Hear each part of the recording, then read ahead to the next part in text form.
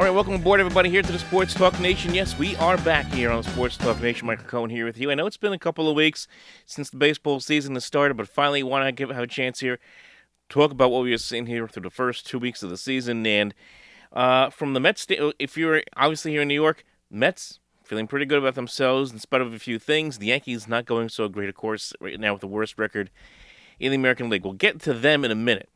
Really want to open this video talking about what the Mets and where they are right now.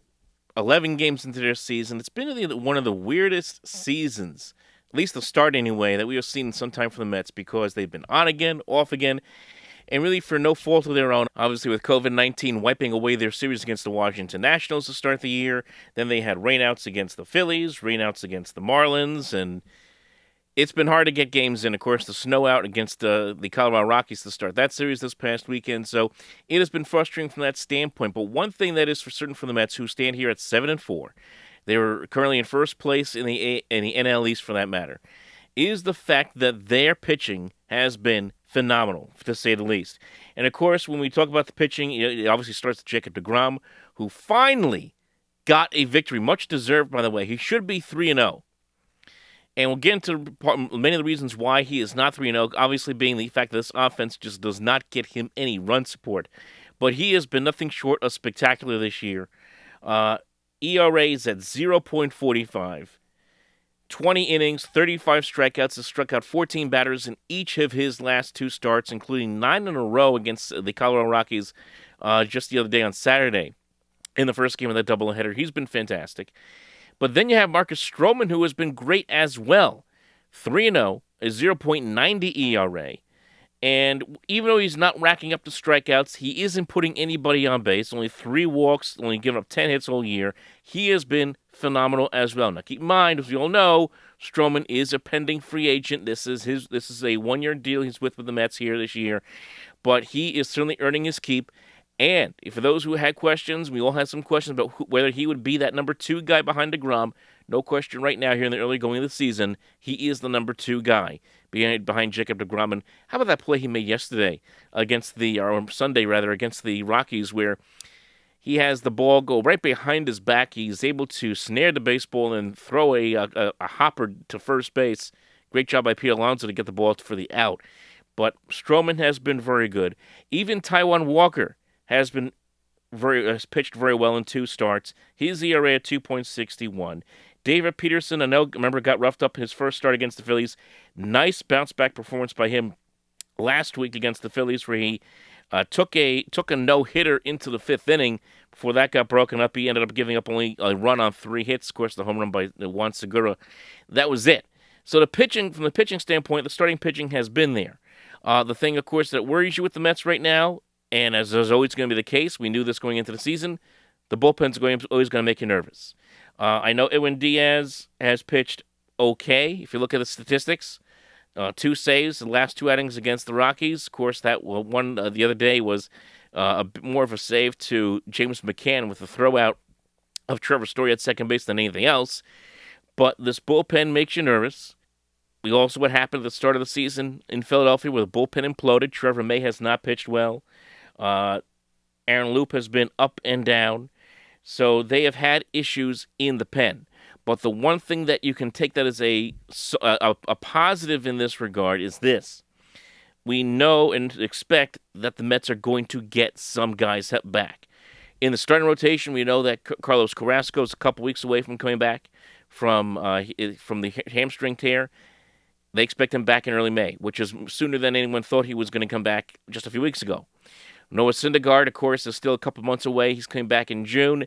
And Seth Lugo coming back from Bone Spurs. He's coming back hopefully rather soon. So there's help on the way. And the Mets could certainly use as many arms as they can if the starting pitching, with guys like, again, Carrasco, Syndergaard, those guys come back and pitch the way that you would expect them to in this rotation with deGrom, with Stroman, with Walker, Peterson. That's a scary rotation, especially if all these guys continue to pitch as well as they are here to start the season. And that's why the Mets have a chance to do some damage.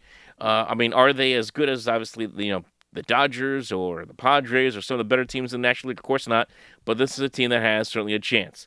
The one thing that really has to worry you, though, through the first 11 games is the offense. Pretty obvious. This team has had a hard time scoring runs here in the early season. Mets right now dead last in runs scored this year with only 37 runs scored. They, as a team, are hitting 246. Only 6 home runs as a team, which is also last in the Major League Baseball. You would like to see this team, obviously, do a lot more offensively. They don't score enough runs for their starting pitching. If they had scored more runs for their starters, especially deGrom in his first 2 starts of this year against the Phillies and the Marlins, this team could be 9-2. They really could be. I don't know how you go an entire series in Colorado where the Mets only scored in total 8 runs. That's it. In Colorado, only scored 8 runs. They have to do a better job with that. And a big part of the problem here is you take a look at a lot of the key guys who have struggled. Pete Alonso, I know, has a couple home runs. He's hitting only 250. Lindor, of course, the big addition, the $341 million man, only hitting 189 here in the early season. You want to say maybe he's pressing, trying to honor the contract. Some people will point to that. Others are going to point to, obviously, the fact that he is adjusting to hitting against National League pitching. It's been a bit of an adjustment. It looked like he was going to come out of it against the Phillies last week. Went back into a slump against Colorado. So he is struggling right now. Dom Smith hitting 229. Michael Conforto has really struggled. And we all know what happened the last week where he dove over the plate to get hit by a pitch to win a game. He is hitting at an even 200. So the guys that the Mets rely on for pop, for some average, need to start hitting and driving guys in. That's the biggest problem the Mets have had so far in the early season. And if you want to project the long term, if this team is going to go anywhere this year, obviously this offense has got to turn it around. I think they will. I mean, obviously it's only 11 games into the season. It's a very small sample size. But that's really where we are here with the Mets. You're happy with where the pitching is right now. The hitting, leaving a lot to be desired. I'm fascinated to see how this team is going to perform this week. It's going to be a big series this week against the Chicago Cubs in Chicago. We'll see what the Mets can do against a Cubs team that's trying to turn things around, and then they will finally see the Nationals after that, the Red Sox, who have been red hot so far to start the season before closing out the month of April against the Phillies. So a good start for the Mets, and an awkward start in a lot of ways, of course, with all the delays and the rainouts and everything else. But right now the Mets are doing and putting themselves in position to have an excellent first half of the year here in 2021. The same cannot be said across town in the Bronx, as the Yankees right now own a record of 5-10. They have the worst record right now, as of Monday night on April 19th, the worst record in the American League at 5-10. It's their worst start to a season since 1997. And in case you're trying to keep count, that team, yes, ended up winning 96 games, lost in the playoffs in the ALDS as a wild card to Cleveland. So this team has a lot of work to do. Obviously, this team doesn't have the championship pedigree that team did in 97, coming off of a World Series that year. This team has, I think, their biggest problem. They have 2 huge problems. They have several, but the 2 biggest ones, most glaring for the Yankees, is 1, they don't have enough starting pitching. And 2, they still continue to struggle offensively. They're a team that is built for the home run. That's it. They are an all-or-nothing kind of team offensively, and they're built perfectly for that ballpark at Yankee Stadium where they expect to hit home runs galore. That hasn't happened yet. They haven't hit the long ball yet this year. 16 home runs as a team. Yes, I know Aaron Judge has 4 home runs. Giancarlo Stanton has 3 home runs. But a lot of the run production isn't there. Certainly the batting average isn't there for this team. As a team, the Yankees are hitting only .210 as a group. So they are not hitting the baseball at all. You would expect them to do so soon because this is, of course, a team that has a lot of talent. The problem is, even if this team does start hitting, do they have enough arms in this rotation to win these games? Outside of Garrett Cole, the Yankees' starting pitching ERA, 6.12 is their team ERA. out of the starting rotation. That's terrible. I mean, everybody has struggled out of there.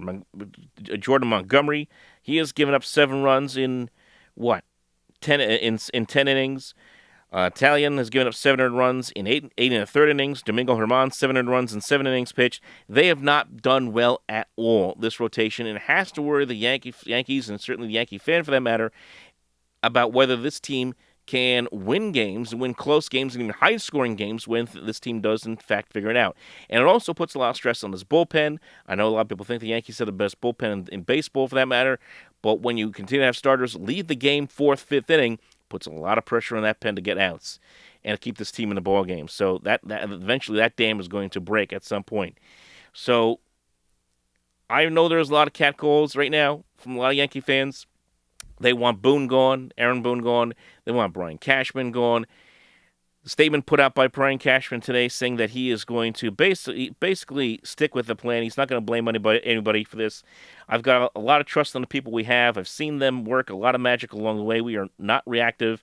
I don't see us reacting to not believing in the staff we have and the players we have either. We trust our players and their abilities. We trust over the course of time that it will, as it normally does, correct itself with a lot more games under the belt. He, understandably, yes, he is correct. It's a long season for a reason, as we all know, but there are a lot of issues in areas of concern for this Yankee team, and Cashman has to take some blame because he is the one that didn't go out there and aggressively pursue a lot of the free agents that were out there as far as pitching is concerned that could have helped this rotation out. I understand the Yankees right now, we're trying to be conscious of the salary cap and certainly of what they could spend this year, especially coming out of the coronavirus. But this is a team that, of course, also has a lot of money and a lot of years wrapped up in 3 players. Of course, one of them being Garrett Cole, who's getting about $36 million a year every year for the next decade. Giancarlo Stanton, $29 million and sometimes even $32 million a year annually over the next decade. And Chapman, Aroldis Chapman, who gets $60 million this year, and next year he's a free agent at the end of next year. So a lot of money wrapped up in those 3 guys. And the Yankees have decisions to make. If this thing, let's just say, play it forward, right? A lot of Yankee fans doing that. Let's say this thing just continues to spiral out of control. What do the Yankees do? Do they blow this thing up? That's going to be a big question for them moving forward, because I don't see how they have the flexibility as far as being able to trade guys, for that matter, to make those things happen. Yeah, you could probably trade an Aaron Judge, but do you really want to do that? Do you really want to trade a guy who's been a big part of your team the last few years? Do you really want to trade a Gleyber Torres, who you do have control of over the next few years? That's something that I don't see happening for the Yankees, for that matter. And they certainly aren't moving the contract to Giancarlo Stanton with all that money that he is owed. If there are going to be changes, he'll probably be the manager at some point if things do not turn around. And this year, the American League East is a lot tougher. The Tampa Bay Rays own the Yankees. They are, 18-5 against the Yankees since 2019. The Blue Jays are very good. The Red Sox have been red hot. They're off to a great start this year. The division is very, very good, better than a lot of people expected going into this season. And the Yankees right now are a team that is lost at sea. So that's the situation we have here in New York, folks. We've got the Mets playing good baseball. The Yankees not playing well at all. Remember, folks, we're going to have a lot more of this kind of stuff here, content here on the Sports Talk Nation. Follow us here on the Sports Talk Nation on YouTube by liking and subscribing below, and also follow us on social media at OpenMicNJ on Twitter and Facebook.com/OpenMicProgram. Talk to you next time.